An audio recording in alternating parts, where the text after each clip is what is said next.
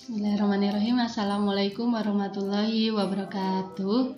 Apa kabar anak-anak? Ketemu lagi dalam pembelajaran PKN kelas 9 bersama Bu Miftah. Sebelumnya marilah kita berdoa terlebih dahulu. Bismillahirrahmanirrahim. Raditu billahi robba wa bil islami dina wa bi Muhammadin nabiyya wa rasulah. Rabbi zidni ilma warzuqni fahma waj'alni min ibadika sholihin. Amin ya rabbal alamin. Pada pertemuan kali ini Bu Miftah akan menjelaskan kaitannya dengan teori-teori dan bentuk kedaulatan. Kemarin Bu Miftah sudah menjelaskan kaitannya dengan pengertian kedaulatan dan sifat-sifat dari kedaulatan tersebut. Sekarang Bu Miftah akan menjelaskan kaitannya dengan teori-teori kedaulatan dan bentuknya. Kompetensi dasar yang akan kita capai yakni memahami ketentuan tentang bentuk dan kedaulatan negara sesuai Undang-Undang Dasar Negara Republik Indonesia tahun 1945. Yang selanjutnya yakni memaparkan penerapan tentang bentuk dan kedaulatan negara sesuai dengan Undang-Undang Dasar Negara Republik Indonesia tahun 1945. Adapun tujuan pembelajaran yang akan kita capai pada pertemuan kali ini, yakni siswa diharapkan dapat menyebutkan macam-macam teori kedaulatan. Yang kedua, siswa dapat menjelaskan pengertian macam-macam teori kedaulatan. Yang ketiga, siswa dapat memberikan contoh dari macam-macam teori kedaulatan itu apa saja. Langsung saja kita membahas tentang macam-macam teori kedaulatan. Teori kedaulatan ini ada 5 anak-anak. Yang pertama teori kedaulatan Tuhan, yang kedua teori kedaulatan raja, yang ketiga teori kedaulatan negara, yang keempat teori kedaulatan hukum, dan yang nomor 5 teori kedaulatan rakyat. Habis ini Bu Miftah akan menjelaskan satu persatu kaitannya dengan pengertian dan contohnya. Yang pertama, teori kedaulatan Tuhan. Di sini kaitannya dengan pengertiannya, kewenangan tertinggi suatu negara berasal dari Tuhan.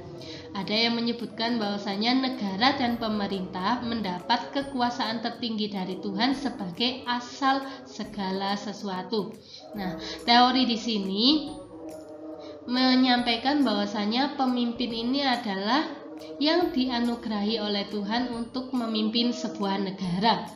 Nah, di sini contohnya yang pernah dilakukan oleh Jepang, yakni Kaisar Tennoheiga sebagai titisan Dewa Matahari. Ini kaitannya dengan yang menganut teori kedaulatan Tuhan. Yang kedua, teori kedaulatan raja. Nah, pengertiannya adalah kewenangan tertinggi suatu negara berasal dari raja. Nah, raja bertanggung jawab kepada dirinya sendiri. Kekuasaan raja berada di atas konstitusi. Nah, konstitusi ini kaitannya dengan undang-undang yang berlaku dalam suatu negara tersebut. Jadi kewenangannya raja melebihi kewenangan yang ada dalam konstitusi negara tersebut. Kekuasaan tertinggi terletak di tangan raja sebagai penjelmaan kehendak Tuhan. Nah, ini hampir sama dengan teori kedaulatan Tuhan, tetapi yang memegang adalah raja. Sedangkan teori kedaulatan Tuhan belum tentu raja yang memiliki kewenangan tertinggi, karena bisa saja Tuhan itu menganugerahkan kepada seorang presiden. Nah, contoh di sini yang menganut teori kedaulatan raja yakni Raja Louis XIV dari Prancis dengan sombongnya berkata, "I état moi, negara adalah saya." Jadi saya adalah wakil dari negara untuk menyampaikan kekuasaannya.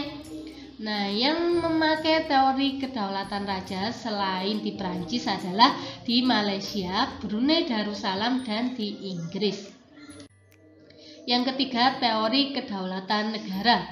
Teori kedaulatan negara ini pengertiannya adalah kewenangan tertinggi suatu negara berasal dari negara itu sendiri. Ada yang menyebutkan pengertiannya adalah kekuasaan tertinggi terletak pada negara. Kedaulatan timbul bersamaan dengan berdirinya suatu negara. Jadi ketika suatu negara itu berdiri, maka yang dipakai adalah teori kedaulatan negara itu sendiri. Nah, negara yang pernah menganut teori kedaulatan negara ini adalah Jerman saat dipimpin oleh Hitler, dan Perancis saat masa pemerintahan Raja Louis yang keempat. Jadi mereka ini menganut teori kedaulatan negara. Selanjutnya, teori kedaulatan hukum. Nah, teori di sini menyebutkan pengertiannya adalah kewenangan tertinggi suatu negara berasal dari hukum itu sendiri. Atau ada yang menyebutkan bahwasanya kekuasaan pemerintah berasal dari hukum yang berlaku. Kekuasaan hukum merupakan kekuasaan tertinggi suatu negara. Karena kedaulatan itu sendiri pengertiannya adalah kewenangan tertinggi. Maka kalau menganut teori kedaulatan hukum, maka kewenangan tertinggi suatu negara itu berasal dari hukum yang diberlakukan oleh seorang pemerintah atau penguasa. Contoh di sini yang menganut teori kedaulatan hukum adalah Indonesia dan Swiss. Yang kelima, teori kedaulatan rakyat. Rakyat merupakan kesatuan yang dibentuk oleh suatu perjanjian masyarakat di mana memiliki pemegang kekuasaan tertinggi. Jadi teori kedaulatan rakyat di sini kewenangan tertinggi suatu negara berasal dari rakyat yang dibuat perjanjian masyarakat tadi. Jadi rakyat memiliki kewenangan tertinggi yang dilimpahkan kepada perwakilan rakyat atau Dewan Perwakilan Rakyat kalau di Indonesia. Nah, sedangkan penguasa karena sudah dilimpahi kewenangan rakyat atau DPR yang dikewenangi dari rakyat tersebut harus melindungi hak-hak yang dimiliki oleh rakyat. Jadi tidak boleh melanggar hak asasi manusia rakyat Indonesia. Contoh teori kedaulatan rakyat ini dipakai oleh negara Indonesia, Amerika Serikat, dan Perancis. Nah, kalau kita lihat contoh yang Bu kita terangkan tadi, Bu, Indonesia kok memakai teori kedaulatan rakyat dan teori kedaulatan hukum. Nah, boleh nak, ketika sebuah negara itu memakai kedaulatan yang lebih dari satu, karena sudah ada dasar hukum suatu negara dan disepakati oleh rakyat Indonesia dan penguasa tersebut. Selanjutnya, kaitannya dengan kedaulatan rakyat, ini pernah disampaikan oleh J.J. Rousseau bahwasanya kedaulatan rakyat itu artinya perwujudan kehendak umum dari suatu bangsa yang merdeka yang mengadakan perjanjian masyarakat atau sosial kontrak. Jadi sudah dijadikan kontrak bahwasanya yang dipakai ini adalah kedaulatan rakyat itu menurut J.J. Rousseau. Sedangkan menurut Johannes Althusius, setiap susunan pergaulan hidup manusia terjadi karena perjanjian masyarakat yang tunduk kepada kekuasaan dan pemegang kekuasaan itu dipilih oleh rakyat. Nah, ini kaitannya dengan pemilu. Jadi kewenangannya dipilih oleh rakyat yang harus tunduk oleh kekuasaan itu sendiri. Yang ketiga, kedaulatan rakyat menurut John Locke. Perjanjian masyarakat menghasilkan penyerahan hak-hak rakyat kepada pemerintah yang harus dikembalikan hak kewajiban kaitannya dengan hak asasi manusia kepada rakyat melalui peraturan perundang-undangan. Jadi ini kaitannya dengan timbal balik, diserahkan dari rakyat kepada pemerintah dan pemerintah harus membuat kebijakan kaitannya dengan hak asasi manusia tersebut. Yang keempat, menurut Montesquieu kaitannya dengan kedaulatan rakyat, beliau menyampaikan bahwasanya agar kekuasaan dalam suatu negara tidak terpusat oleh seorang pemimpin, maka kekuasaan tersebut harus dibagi menjadi 3 kekuasaan atau separated of power. Kekuasaan yang dibagi menjadi 3 bagian. Apa saja 3 bagian tersebut? Menurut Montesquieu, pembagian kekuasaan itu yang pertama adalah lembaga legislatif, di mana lembaga ini berwenang membuat peraturan perundang-undangan. Sedangkan lembaga eksekutif ini adalah yang menjalankan peraturan perundang-undangan. Sedangkan lembaga yudikatif ini adalah lembaga yang mengadili. Nah, kalau kaitannya dengan contoh lembaga 3 ini, insya Allah kalau kelas 9 sudah paham semua, tidak usah Bunda jelaskan kembali contohnya lembaga legislatif, eksekutif, dan juga yudikatif itu apa saja, kalian sudah tahu. Selanjutnya prinsip kedaulatan negara Republik Indonesia. Di sini prinsipnya ada 6 kaitannya dengan kedaulatan yang dipakai oleh negara Republik Indonesia. Yang pertama, negara Indonesia adalah negara kesatuan, di mana dalam sebuah negara itu tidak ada negara lagi atau tidak ada negara bagian yang berbentuk republik, jadi dipimpin oleh seorang presiden. Yang kedua, kedaulatan berada di tangan rakyat dan dilaksanakan menurut Undang-Undang Dasar. Jadi kedaulatan itu dilakukan oleh rakyat, dilimpahkan kepada Dewan Perwakilan Rakyat dan dilaksanakan menurut undang-undang yang berlaku atau konstitusi yang berlaku di negara tersebut. Yang ketiga, negara Indonesia adalah negara hukum. Jadi patokannya adalah hukum yang berlaku dalam suatu negara tersebut.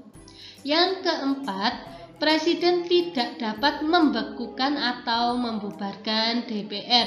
Jadi presiden di sini tidak boleh membubarkan DPR secara seenaknya karena tidak memiliki kewenangan untuk membubarkan anggota dewan. Yang kelima, menteri-menteri diangkat dan diberhentikan oleh presiden. Jadi beda dengan menteri. Kalau menteri boleh dibubarkan atau diberhentikan oleh presiden, sedangkan DPR tidak boleh diberhentikan oleh presiden. Yang keenam, MPR hanya dapat memberhentikan presiden ataupun wakilnya dalam masa jabatan menurut undang-undang. Jadi ini kaitannya dengan pemberhentian presiden. Jadi MPR berhak memberhentikan presiden. Selanjutnya, tugas pada pertemuan kali ini, Bunda sudah menjelaskan tentang prinsip-prinsip kedaulatan NKRI yang di slide sebelum tugas ini. Silakan kalian cari bunyi pasal Undang-Undang Dasar 45 yang ada dalam prinsip-prinsip kedaulatan tersebut. Jadi prinsipnya tadi ada 6. Bunda kasih contoh. Prinsip yang pertama, negara Indonesia adalah negara kesatuan yang berbentuk republik. Itu terdapat dalam pasal 1 ayat 1 Undang-Undang Dasar 45. Nah, yang nomor 2 sampai nomor 6 silakan kalian cari sendiri. Silakan kalian tulis di buku catatan kalian kirimkan di Google Classroom pertemuan hari ini. Kalau ada yang ditanyakan, silakan kalian komen di Google Classroom tersebut. Bunda ambil kesimpulan pada pertemuan kali ini, Bunda sudah menjelaskan kaitannya dengan macam-macam teori kedaulatan, pengertian teori-teori kedaulatan, dan pengertian kedaulatan rakyat menurut para tokoh tadi. Sekian yang bisa Bunda sampaikan. Apabila ada yang kurang berkenan, Bunda mohon maaf. Wassalamualaikum warahmatullahi wabarakatuh. Selamat belajar anak-anak, semoga sukses.